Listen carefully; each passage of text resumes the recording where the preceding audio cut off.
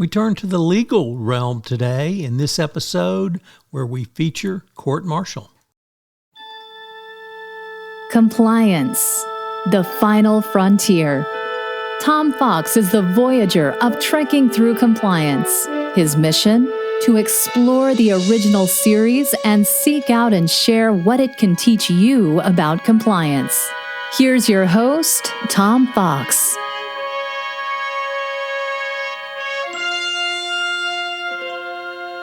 Episode 20, Court-Martial. After sustaining damage in an ion storm, the Enterprise is forced to seek repairs at Starbase 11. At Starbase 11, Commodore Stone investigates the loss of Records Officer Ben Finney, who was killed when the ion pod in which he was taking readings had to be jettisoned in order to save the Enterprise. Stone finds that despite Kirk's insistence to the contrary, the computer records show that Kirk ejected the pod during the yellow alert before red alert had been signaled, which would have communicated to Finney to get out of the pod. Kirk is further incriminated when it is learned that although they were once close friends, Finney had a deep hatred of Kirk and held him responsible for Finney's lack of promotion.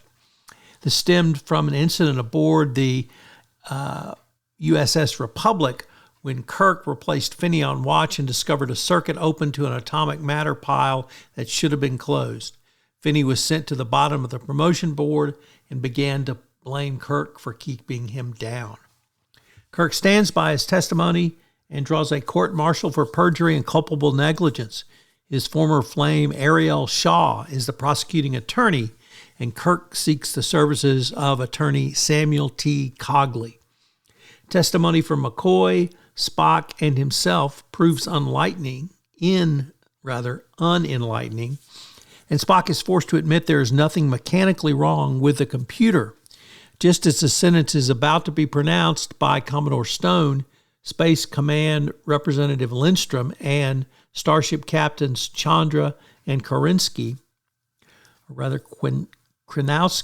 Spock discovers something amiss in the computer program bank of the Enterprise after he is able to beat the computer 5 times, despite the fact that the program should not be capable of losing, at least to Spock, because he programmed it. Spock rushes down to the Starbase, and the entire court reconvenes aboard the Enterprise to determine what is going on.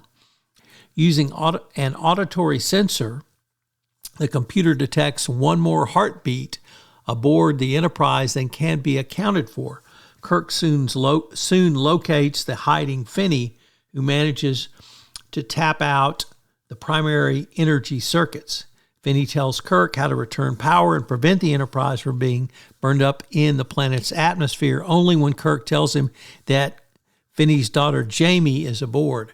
Kirk is cleared, and Samuel Cogley takes on a new case defending Ben Finney.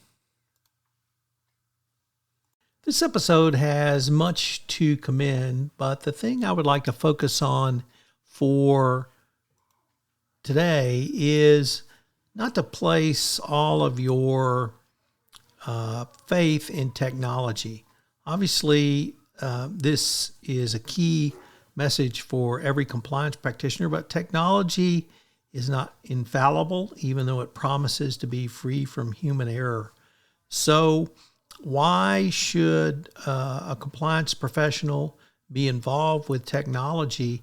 The technology that we have in the form of data analytics and now AI always requires human oversight. Humans must not only use the data and interpret that data, or interpret it, then use it, but it's going to make the role of the compliance professional, I think, more challenging and more important for every compliance function within an organization. It also presents a great opportunity for you as a younger compliance professional to learn and understand what can be available to you, and more importantly, how you might be able to use that information going forward. So this is a very old school trial with Elijah Cook Jr., one of our great character actors from the second half of the 20th century. I hope you'll take a look at court-martial and consider it from a variety of angles. Next, we're going to take a look at the compliance takeaways. Next up, compliance takeaway. Obviously, as a recovering trial lawyer, I enjoyed this episode. I particularly enjoyed Elijah Cook Jr., who has been in numerous great movies, including Shane and, of course, The Maltese Falcon. So it's great to see him in this role as well. I'm going to take a little bit different approach on this one because one of the takeaways could be don't put your faith in technology, or at least all of your faith in technology. It's not fallible, even though it promises to be free from human error. Certainly, this episode puts you directly in line with that interpretation. Computers were newer in the mid-'60s, and people are in awe of their accuracy and consistencies. But computers should not have a momentary brain lapse or have 2 + 2 = 3. At least that was a perception. That's why in the compliance realm, I think it's always good to remember that data and AI will never take the place of compliance professionals because we have to oversee that. So interesting thought or way to look at this episode. The trial scenes I thought were also interesting because Cogley really didn't have a lot to work with, so it didn't appear as if his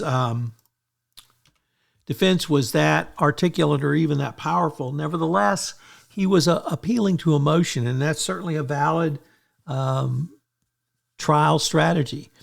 If you don't have the facts, argue the law. If you don't have the law, argue the facts. If you don't have either, well, sometimes you need to make it up. This podcast is a part of the C-Suite Radio Network. For more top business podcasts, visit c-suiteradio.com.